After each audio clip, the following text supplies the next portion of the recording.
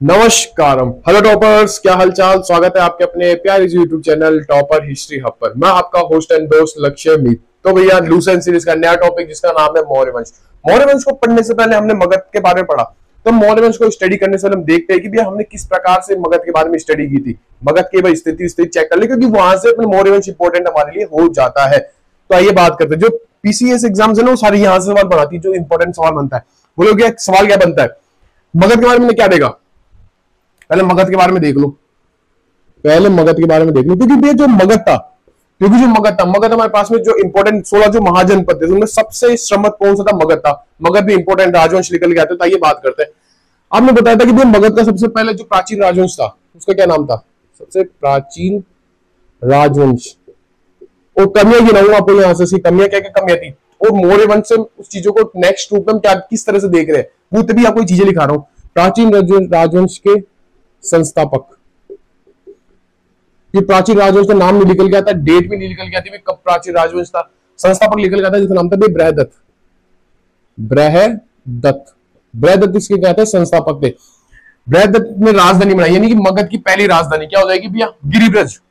मगध की पहली राजधानी, मगध इसकी पहली राजधानी क्या निकल गया थी भैया, गिरिब्रज।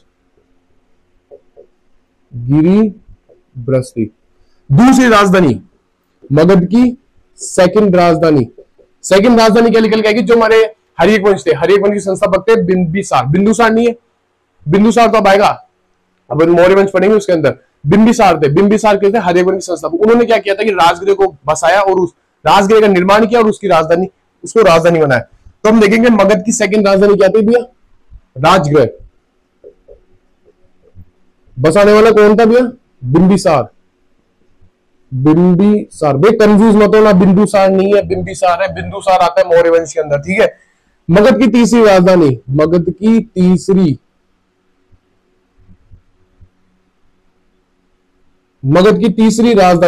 राजधानी कौन, हमने देखा था भैया बिंबिसार था। बिंबिसार का उत्तराधिकारी अजातशत्रु, अजातशत्रु का उत्तराधिकारी कौन था भैया, उदयन था। तो उदयन ने किसको राजधानी बनाया भैया, पाटलिपुत्र या पाटलिग्राम को राजधानी बनाया था। तो किसने संगम पर बनाया था, ये पाटलिपुत्र निर्माण उसने कहां किया था, बोलो भैया जो गंगा और सोन नदी थी उसके संगम पर किसका निर्माण किया था, पाटलिपुत्र का। निर्माण करने वाला कौन था, उदयन। सवाल बन जाता है कहां किया गया था, ये शायद एसएससी का सवाल है 2022 का, कि पाटलिपुत्र का निर्माण कहां किया गया था, गंगा और सोन नदी के संगम पर। गंगा और सोन नदी के संगम पर, गंगा और सोन नदियों के संगम पर। ये चीज क्लियर हुई। हाँ, हमने देखा भैया मगध का अंतिम राजवंश निकल जाता है नंदवंश। नंदवंश का अंतिम शासक था घनानंद। घनानंद को पराजित करके हम जो हमारे मौर्य वंश है, जो हमारे कौन चंद्रगुप्त मौर्य साहब है, वो आएंगे और वहां पे मौर्य वंश की स्थापना करने वाले हैं। तो हमने एक चीज देखी कि मगध का अंतिम राजवंश था, मगध का अंतिम राजवंश क्या था, बोल देगा मगध का अंतिम राजवंश था भैया नंदवंश। क्या नाम था भैया, नंदवंश। नंदवंश के अंतिम शासक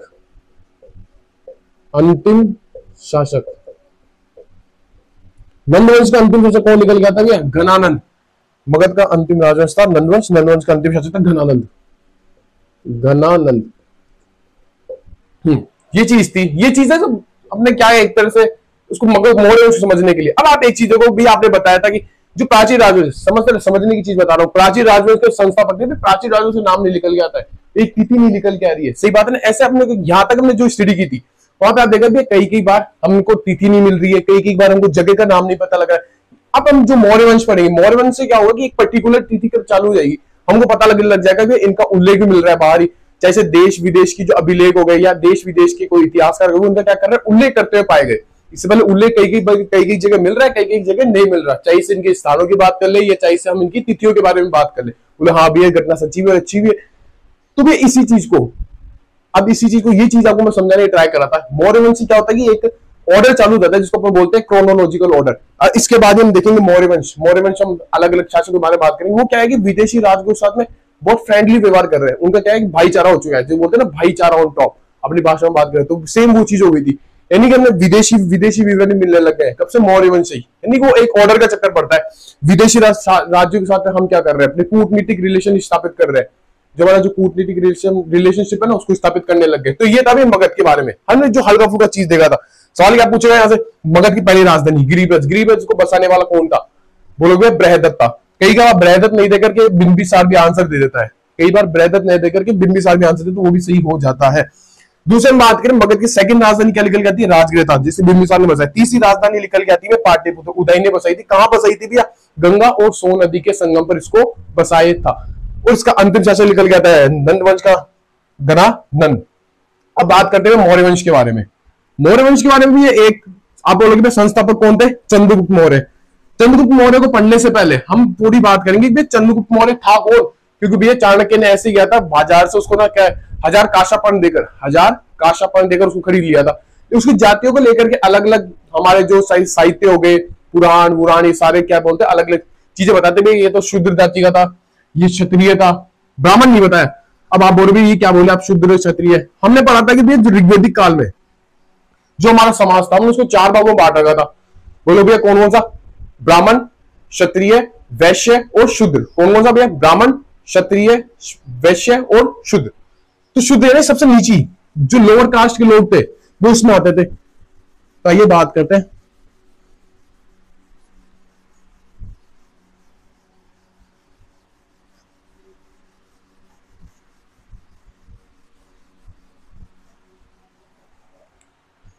सवाल निकल गया था सीएम का था कौन, सीएम कौन था,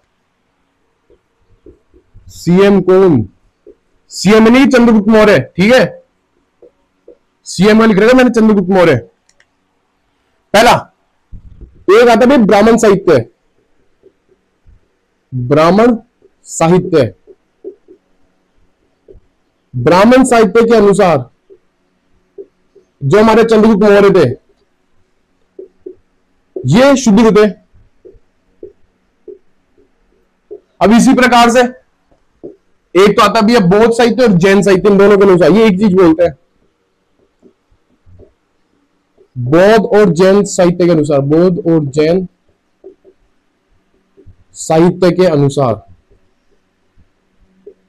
क्या बोला भैया मैंने कि बौद्ध और जो जैन साहित्य था इनके अनुसार ये क्या बोलते हैं सीएम को, ये हमारे जो सीएम थे चंद्रगुप्त मौर्य साहब, चंद्रगुप्त मौर्य को क्या बोलते हैं, ये बोलते क्षत्रिय है, ये बोलते भी क्षत्रिय है। क्योंकि भी इनके अलग अलग स्टोरीज निकल गई थी, मगर मैं स्टोरी बताने लगा तो आपको 2 3 4 5 लेक्चर्स, क्योंकि अपने सीरीज का भी ध्यान रखना, अपने दूसरे सीरीज पढ़ा रहे, ठीक है। तो आपको वैसे मैं ज्यादा पढ़ा रहा हूं उसमें, अगर अपना डिटेल बैच चलेगा ना तो डिटेल बैच पूरी डिटेल बताऊंगा, ठीक है। ब्राह्मण जो आपके लिए इंपॉर्टेंट वो बताया जा रहा हूं। ब्राह्मण साहित्य क्या बोलता है, ब्राह्मण साहित्य के अनुसार चंद्रगुप्त मौर्य थे वो कहते भैया शूद्र थे, ब्राह्मण साहित्य के अनुसार चंद्रगुप्त मौर्य शूद्र निकल के आता है। बौद्ध और जैन साहित्य के अनुसार सीएम साहब क्या निकल के आते हैं, क्षत्रिय निकल के आता है। एक आता है भैया विशाखदत्त, विशाखदत्त की एक रचना थी जिसका नाम था भैया मुद्रा राक्षस। मुद्रा राक्षस ये बोलते हैं कि ये वृषल जाति के थे, उसमें और चीजें बोली गई चंद्रगुप्त मौर्य के लिए। चंद्रगुप्त मौर्य को बोला गया प्रियदर्शी, प्रियदर्शी, और साथ ही में एक बोला गया वृषल। वृषल क्या होता है भैया, निम्न जाति। अब आता है भैया विशाखदत्त का, विशाखदत्त की एक रचना थी, एक कृत, विशाखदत्त की थी भैया रचना हो गई या फिर कृत हो गई, जिसका नाम था मुद्रा राक्षस। मुद्रा राक्षस, मुद्रा राक्षस में इनको बोला गया वृषल जाति, वृषल जाति बताया गया। वृषल जाति में निम्न जाति के लोग, निम्न जाति, निम्न जाति से रिलेटेड वही होगा। सबसे नीचे वाली कौन सी थी भैया, शूद्र आ रही थी। तो ये बात करें किसकी, शूद्रों की। तो ये था इसके बारे में। हमारे जो चंद्रगुप्त मौर्य थे वो कौन थे, चंद्रगुप्त मौर्य साहब कौन थे, हमने देखा भैया ब्राह्मण साहित्य, ब्राह्मण साहित्य के चंद्रगुप्त मौर्य शूद्र थे। बौद्ध और जैन साहित्य के अनुसार जो हमारे चंद्रगुप्त मौर्य थे क्या निकल गया था, क्षत्रिय निकल गया था। विशाखदत्त, विशाखदत्त की रचना कई बार सवाल छोटा मोटा जो एग्जाम होता है घूमता घूमता पूछ ही लेता है कि भाई विशाखदत्त की रचना क्या थी, जिसमें हम जानते हैं कौटिल्य जो चाणक्य के जो गुरु थे उनकी रचना थी अर्थशास्त्र। सेम इसी प्रकार की रचना कृत क्या थी, मुद्रा राक्षस। उसमें बताया गया, मुद्रा राक्षस में क्या बताया था चंद्रगुप्त मौर्य के साथ में कि भाई ये थे वृषल जाति के, वृषल यानी कि जो नीची जाति थे, शूद्र थे भैया, सीधी सी बात, सीधी सी बात कहते हैं शूद्र थे। तो ये स्क्रीनशॉट लो, फिर अपन बात करते हैं चंद्रगुप्त मौर्य के बारे में। आइए बात करते हैं हमारे सीएम साहब, हमारे सीएम साहब के बारे में बात करते हैं। आ जाओ,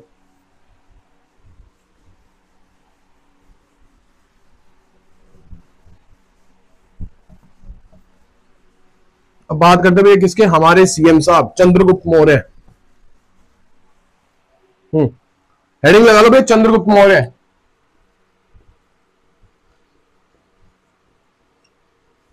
चंद्रगुप्त मौर्य, मौर्य वंश के संस्थापक कौन थे भैया, चंद्रगुप्त मौर्य। टाइम पीरियड देखते हैं इनका 322।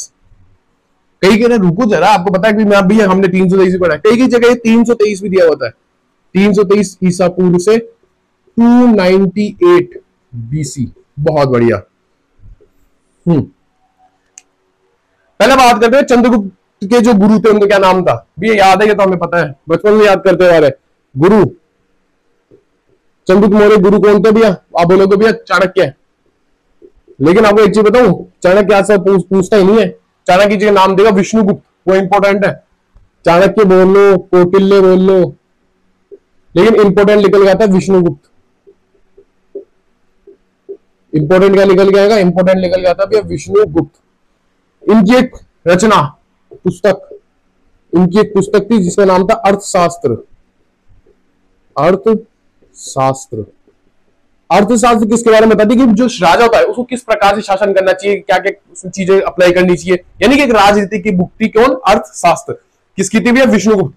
सवाल ये रहेगा भैया अर्थशास्त्र के रचयिता कौन थे, बोलो भैया विष्णुगुप्त। ऑप्शन देगा विष्णुगुप्त। चाणक्य वाणक्य भूल लो भैया, चाणक्य कौटिल्य ये नहीं आता, ये पहले के जमाने आया करते, आज से 20 से 30 साल पहले। तो ये चीज क्लियर हो गई। अब ये यूनानी इतिहास का अर्थ है, वो मुझे चिल्लाते रहते थे सेंड्रोकोटस एंड्रोकोटस, क्या बीमारी है। तो जो यूनानी चिल्लाते थे क्या बोले, सेंड्रोकोटस एंड्रोकोटस, ये नाम तो इन्हीं के थे, लेकिन हमें क्या पता लगा 1793 में एक अंग्रेज निकल गया था जिसका नाम था विलियम जोन्स। विलियम जोन्स ने बोला ये तो जो सेंड्रोकोटस और एंड्रोकोटस बोला जा रहा है, ये तो आपको अपने सीएम को बोला जा रहा है, जो आपके अपने चंद्रगुप्त मौर्य साहब है उनको बोला जा रहा है, क्या सेंड्रोकोटस और एंड्रोकोटस। यूनानी इतिहासकार द्वारा, यूनानी इतिहासकारों द्वारा, यूनानी इतिहासकारों द्वारा इनको क्या बोला गया, सेंड्रोकोटस। सेंड्रोकोटस और क्या बोला, एंड्रोकोटस। एंड्रोकोटस। हमें पता कब पता लगता है, कब बोला जा रहा है, हमें पता लगा 17, हमें कब पता लगा इसके बारे में, हम पता लगा 1793 में। 1793 में आता है भैया विलियम जोन्स। विलियम जोन्स,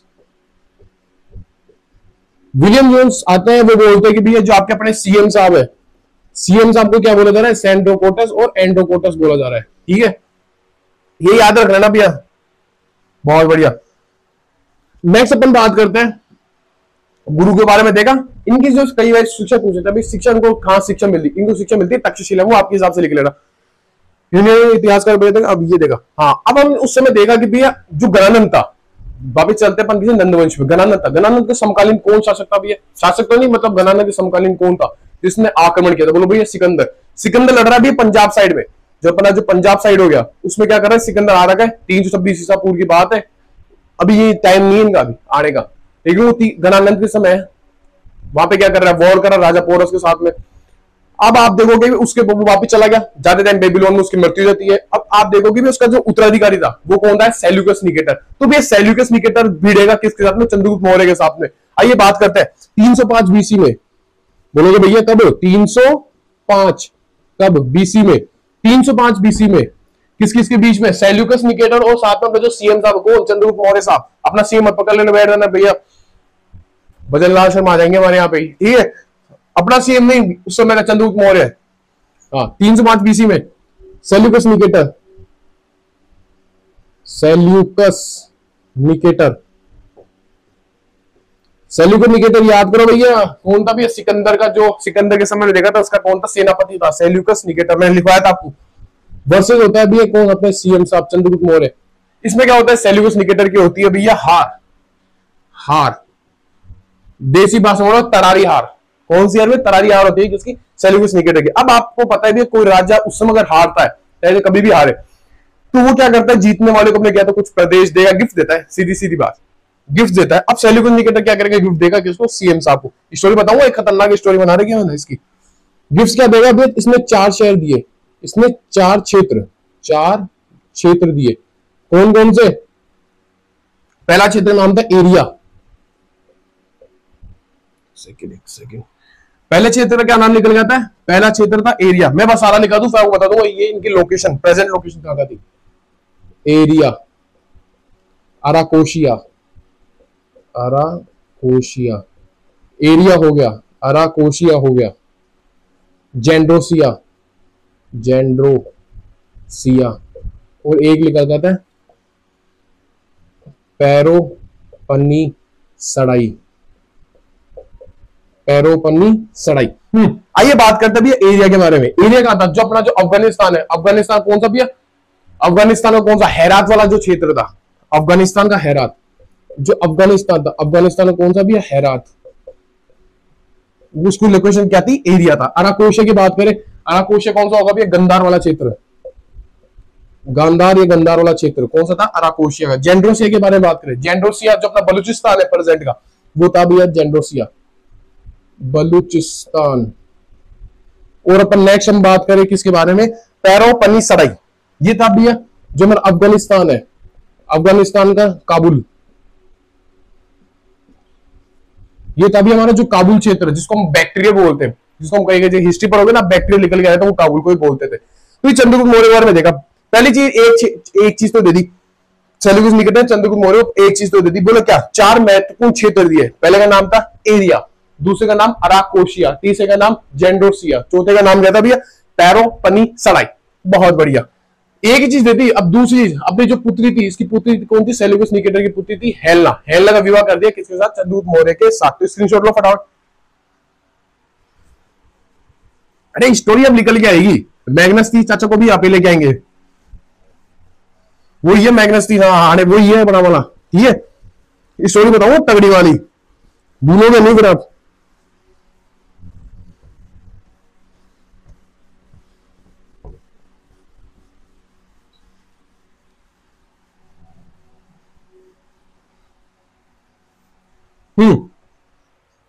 एक चीज तो मैं दे दी। अब दूसरी चीज की अपनी पुत्री का विवाह करता है भैया। पुत्री का नाम क्या निकल गया था? हेलेना। पुत्री हेलेना या हेलन, कहेंगे जी हेलन लिखा होता है। पुत्री हेलेना या हेलन का विवाह, पुत्री हेलन या हेलन का विवाह कर देता है सीएम के साथ में।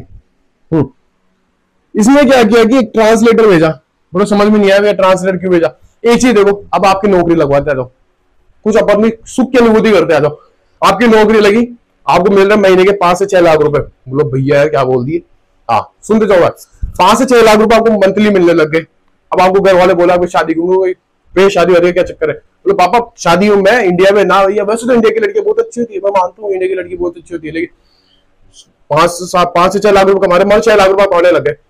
आगे दिमाग में पापा इंडिया में तो नहीं कर रहा शादी, मैं लाऊंगा बाहर से। अब आप गए भी है थाईलैंड, थाईलैंड की पटाए से पटाई एक लड़की। अब लड़की तो पटा ली, लड़की पटाने से पहले उसके बाप को राजी करना पड़ता है। अब उसका बाप को बुला लिया अपने भाई होटल में, आजा भैया तू भी आके देख ले, तो लड़का बढ़िया है, 5 से 6 लाख रुपए कमा रहा है, तो लड़का तो बढ़िया है, बाप को भी बढ़िया लगेगा। वो बोला कि भैया दो ससुर सी बात एक सीधी सी है। देखो इतनी दिन तो मैं इससे बात कर रहा हूँ ट्रांसलेटर से। हाँ भाई गूगल ट्रांसलेटर खोलता, ट्रांसलेटर बात करता, हाँ भाई इतनी दिन तो ट्रांसलेटर से बात की, लेकिन भैया अब तो क्या हो जाएगा, तो जन्मों जन्मों का साथ हो जाएगा, इसको तो बात तो करूंगा ही। फिर ये क्या करता है, ससुर जी एक सोल्यूशन लेकर गया। वो ससुर जी क्या सोल्यूशन है? ससुर जी बोला कि भैया ऐसा कर, तू एक ट्रांसलेटर ले ले, इसका एक छोटा भाई तो चिपका के देता हूँ, उसको बस तू पिलाते रहे ना, मौज करवाना उसको। एक छोटा भाई चिपका के दे दिया कि भैया हाँ ये तेरा ट्रांसलेटर है। सेम वही बात हो गई भैया, पुत्री हेलेना थी, हेलेना का क्या सीएम साहब गए अपने ससुर के पास में, सेल्यूकस निकेटर, सेल्यूकस निकेटर साहब क्या चक्कर है, विवाह तो करवा रहे हो, लेकिन मैं समझूंगा कैसे इसकी लैंग्वेज को, हम तो यहाँ पे अलग लैंग्वेज, आपके वहां यूनानी लैंग्वेज है। तो ये बोला कि भाई आप ऐसा करो, मेरा राजदूत है मैग्नेस्टीस, मैग्नेस्टीस आप ऐसा करो ले जाओ। तो ये भेजेंगे भैया, मैग्नेस्टीस को भेजा, मैग्नेस्टीस, मैग्नेस्टीस को क्या करेंगे भैया, भेजेगा। ये है तभी ट्रांसलेटर की तरह, यानी कि अनुवादक, अनुवादक की तरह आया था। अब जानते हैं मैग्नेस्टीस के बारे में बात करते हैं। मैग्नेस्टीस की पुस्तक निकल जाती है, क्या नाम था भैया, हाथ कर लो, इंडिका। क्या नाम था भैया? इंडिका। मैग्नेस्टीस की पुस्तक थी, इसका नाम था भैया इंडिका। बहुत बढ़िया। मैग्नेस्टीस को क्या बोलते भैया? भारतीय इतिहास का पिता, भारतीय इतिहास का पिता, फादर ऑफ इंडियन हिस्ट्री,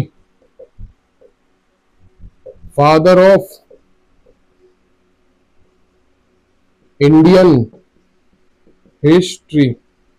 लेकिन भैया डाउट आ गया, भैया डाउट आ गया, डाउट आ गया, डाउट आ गया। सर लिखा था, आपने बोल दिया भैया डाउट आ गया। डाउट क्या है कि भैया मैग्नेस को आपने भारतीय इतिहास का पिता मैं क्यों बोला? हमने पढ़ा भैया हेरोडोटस था। भैया हेरोडोटस आपने पढ़ा था, वो सही पढ़ा था, लेकिन आपने थोड़ी सी एक चीज पढ़ना भूल गए, वहां भारतीय की जगह आप भारतीय नहीं देगा। हेरोडोटस में क्या था, वो इतिहास के पिता थे। स्टार लगा लू, हेरोडोटस, हेरोडोटस। अब इसकी बात करो ना, आइए इसके बारे में बात करते हैं। हेरोडोटस को अपन क्या बोलते हैं? इतिहास का पिता, फादर ऑफ हिस्ट्री।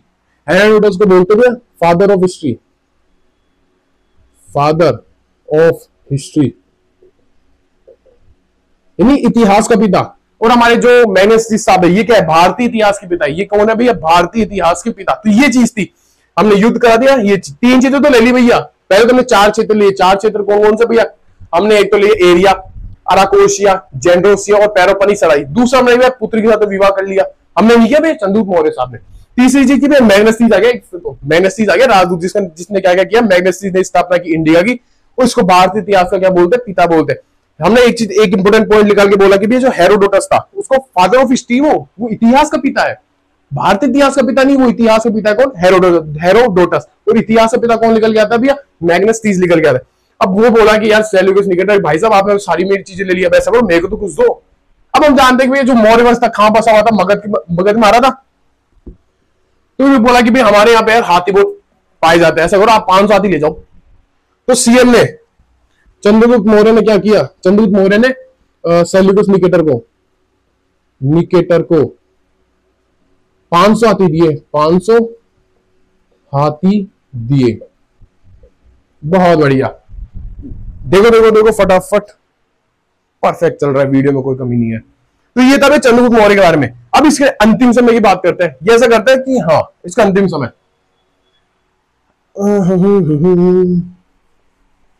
बताओ टॉपिक खतरनाक है, ऐसे मजे आते हैं भाई इनमें। मेरा फेवरेट टॉपिक है भाई राजा महाराजा वाला, मैं उसको बेस्ट तरीके से पढ़ाता हूं। चलिए आज बात करते हैं इसका अंतिम समय कहां गुजरा। बात है 290 सब बीसी पूर्व, 290 ईसा पूर्व। इंग्लिश और हिंदी दोनों मिक्स कर दी। आपको एक स्टोरी बताता हूँ, स्टोरी आपको पता होगी, जो हमने पढ़ा था भैया जैन धर्म। जैन धर्म में देखा कि भैया उनको जो आखिरी समय था, उस समय क्या हुआ कि भैया अकाल पड़ता है। जैन धर्म के उस समय कौन थे? जैन धर्म के जो महत्वपूर्ण जो गुरु थे वो कौन थे भैया? एक तो बोलोगे भद्रबाहु था और एक स्थूलभद्र था। हमने देखा भी अकाल पड़ा उस समय, मगध में क्या पड़ता है? अकाल पड़ता है। अकाल पड़ा तो ये क्या चल जाएंगे? जो भद्रबाहु अपने अनुयायियों को लेकर चल जाएगा कहां पे? कर्नाटक की श्रवण बेलागोला की पहाड़ियों पर। तो उस समय क्या हुआ कि भैया ये कौन? चंद्रगुप्त मौर्य साहब, सीएम साहब और भद्रबाहु उनके अनुयायी अकाल पड़ रहा है उस समय कर्नाटक में, ये मगध में। तो ये क्या करेंगे? भद्रबाहु और सीएम ये गए कहां पे? श्रवण बेलागोला की पहाड़ियों में चले गए। कर्नाटक की श्रवण बेलागोला ये क्या करते हैं? ये कर्नाटक की श्रवण बेलागोला की पहाड़ियों में चले गए, की पहाड़ियों में गए। ये चीज आपको पता लग गई कि अगर ये भद्रबाहु के साथ आ रहा है, भद्रबाहु को जैन धर्म कर रहा, तो ये एक तरह से चंद्रगुप्त मौर्य जैन धर्म को फॉलो कर रहा है। चंद्रगुप्त मौर्य क्या कर रहा है? जैन धर्म को फॉलो कर रहा है। कर्नाटक की श्रवण बेलागोला की पहाड़ी में गए और वहां पे सीएम ने संलेखना विधि से क्या किया? अपना शरीर का त्याग किया। संलेखना विधि से शरीर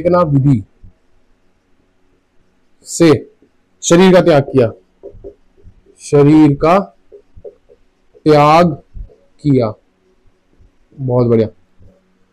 तो आपको यहां से एक से पता लगे कि जो हमारे सीएम साहब थे वो क्या थे भैया? जैन धर्म के अनुयायी, जैन धर्म के क्या थे भैया? अनुयायी थे। अब आता है भैया इसका उत्तराधिकारी कौन आएगा भैया? बिंबिसार नहीं भैया, बिंदुसार। स्क्रीनशॉट लो फटाफट। अब बात करते हैं बिंदुसार के बारे में। चलिए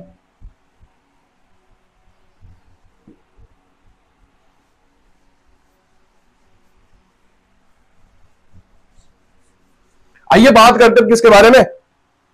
बिंदुसार के बारे में। बिंदुसार का टाइम पीरियड कब से कब तक है भैया? दो 298, 298 से कब तक ये जाएगा 273, 273 BC।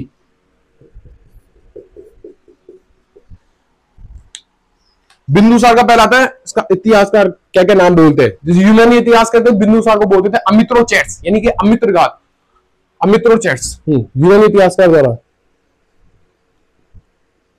यूनानी इतिहासकारों द्वारा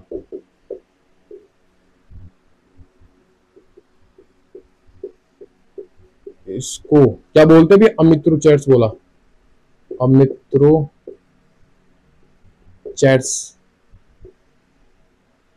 अमित्रोचेट्स यानी कि अमित्रघात, अमित्रघात कहा। अब आ जाओ फटाफट, अमित्रोचेट्स तो पता लग गया भैया, लेकिन अमित्रघात तो इसका मतलब क्या होता है, ट्रांसलेट बता भैया। देखो अमित्र, जो मित्र नहीं है, अमित्र यानी क्या होगा, दुश्मन, यहां से क्या निकल गया दुश्मन, जो मित्र नहीं है तो क्या होगा भाई, दुश्मन होगा। घात यानी कि नाश करने वाला, दुश्मनों का नाश करने वाला, दुश्मनों का क्या करने वाला भैया, नाश करने वाला, दुश्मनों का नाश करने वाला, जिसका नाम होता है भैया अमित्रघात। सही है, तो यूनानी इतिहासकारों द्वारा इसको क्या बोला गया, अमित्रोचेट्स बोला गया। इसका अन्य नाम, अन्य नाम निकल के आता है क्या, बोले भद्रसार बोलते हैं इसको, अन्य नाम क्या बोलते हैं इसको भैया, भैया इसको बोलते हैं भद्रसार। अन्य नाम क्या निकल के आता है, भद्रसार, भद्रसार। तब ये किस कौन से संप्रदाय का फॉलोवर था, ये था भैया आजीवक संप्रदाय का फॉलोवर। कौन सा भैया, आजीवक संप्रदाय का फॉलोवर, आजीवक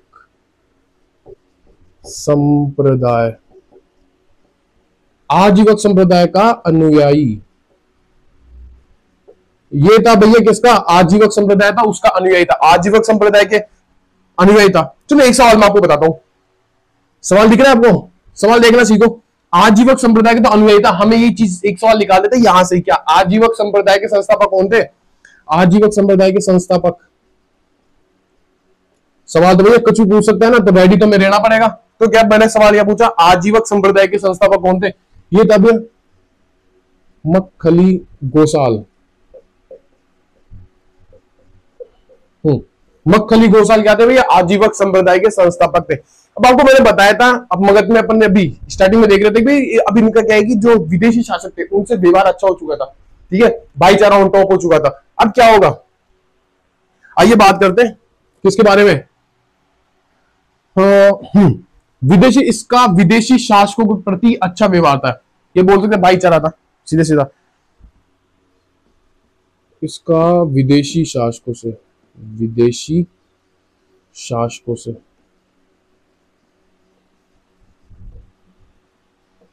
अच्छा संबंध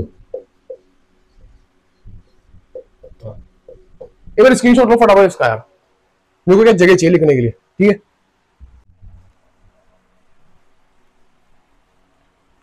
चलिए चलिए चलिए चलिए चलिए चलिए, एक सेकंड एक सेकंड, वीडियो चल रहा है ना, परफेक्ट चल रहा है।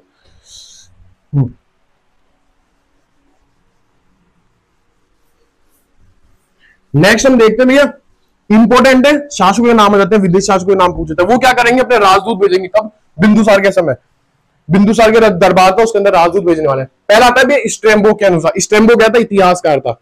अब आपको बताया उसका विदेशी शासकों के प्रति क्या है, या विदेशी शासकों संबंध क्या अच्छा है, भाईचारा ऑन टॉप, ठीक है, क्या है भैया, भाईचारा ऑन टॉप है। तो हम बात करते हैं स्ट्रैम्बो के अनुसार, स्ट्रैम्बो, स्ट्रैम्बो का क्या था भैया, इतिहासकार था। तो स्ट्रैम्बो के अकॉर्डिंग सीरिया नरेश, जो सीरिया था, सीरिया का जो नरेश था उसका क्या नाम था, सीरिया नरेश, इसका नाम था एंटीओकस प्रथम, एंटीओकस, एंटीओकस प्रथम, एंटीओकस प्रथम।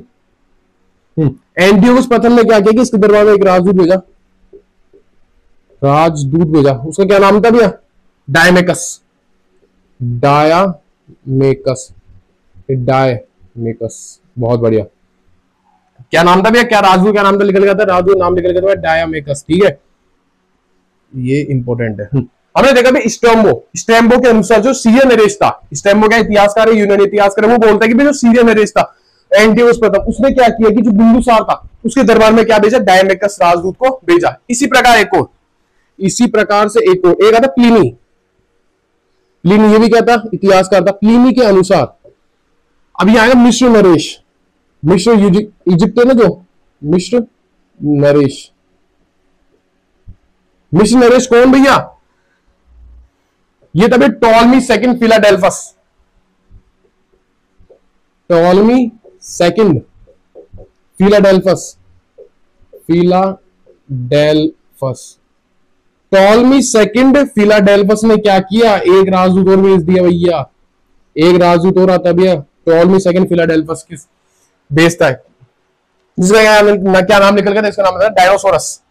इसका नाम था भैया एक सेकेंड, राइनोसोरस।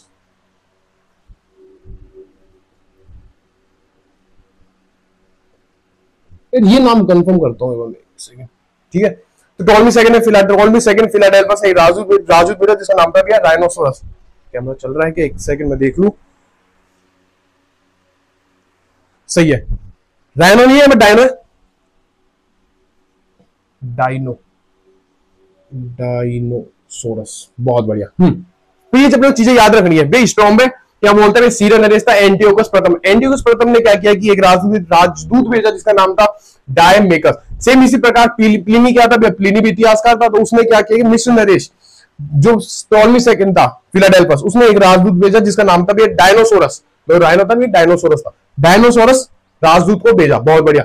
अब आपने देखा कि विदेशी शासकों के साथ इसका अच्छा व्यवहार है, तो अब ये क्या करेगा, अभी क्या सीरिया नरेश था, सीरिया नरेश उससे क्या बोलेगा भैया मुझे चाहिए तीन चीजें, एक तो चाहिए मीठी शराब, एक तो मुझे क्या चाहिए मुझे भैया, मुझे एक तो चाहिए मीठी शराब, एक चाहिए भैया मुझे जो अंजीर होती है सूखे मेवे वो, और एक चीज आपके यहाँ पे दार्शनिक बहुत अच्छे होते हैं, जैसे अरस्तु हो गया यार, खतरनाक ऐसे दार्शनिक हमारे यहाँ पे भी। इसको पता नहीं हमारे यहाँ पे कमी नहीं है, इसके 500 मंत्री थी, 500 मंत्री थे, लोकसभा थी ना उसके बराबर इसके मतलब मंत्री थे उस समय। बिंदुसार के 500 मंत्री होते भैया उस समय, जो मंत्री थे कितने 500 थे। अब आप समझ जाओ भैया सीधा सीधा, यानी कि अब इसमें क्या क्या सीरिया नरेश,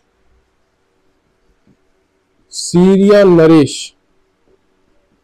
सीरिया नरेश को बोला भैया मुझे चाहिए तीन चीजों की जरूरत, मुझे चाहिए भैया तीन वस्तुएं।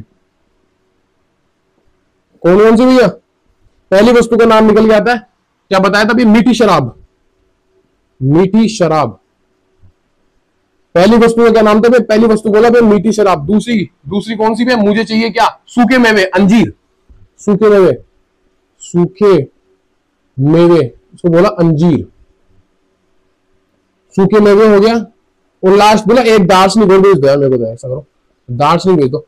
अब ये सीरिया नरेश बहुत चतुर चालाक था, वो क्या करा, मीठी शराब भिजवा दी भाई चारा, तो मीठी शराब भिजवा दी, सूखे मेवे भिजवा दी। दार्शनिक के लिए बोला भाई हमारे जो यूनान है ना, यूनान की परंपरा नहीं है ऐसी की हमारे जो दार्शनिक खरीदारी चलती है ना भैया ना, ये तो भूल जाओ, जो दार्शनिक है ना दार्शनिक को तुम भूल जाओ।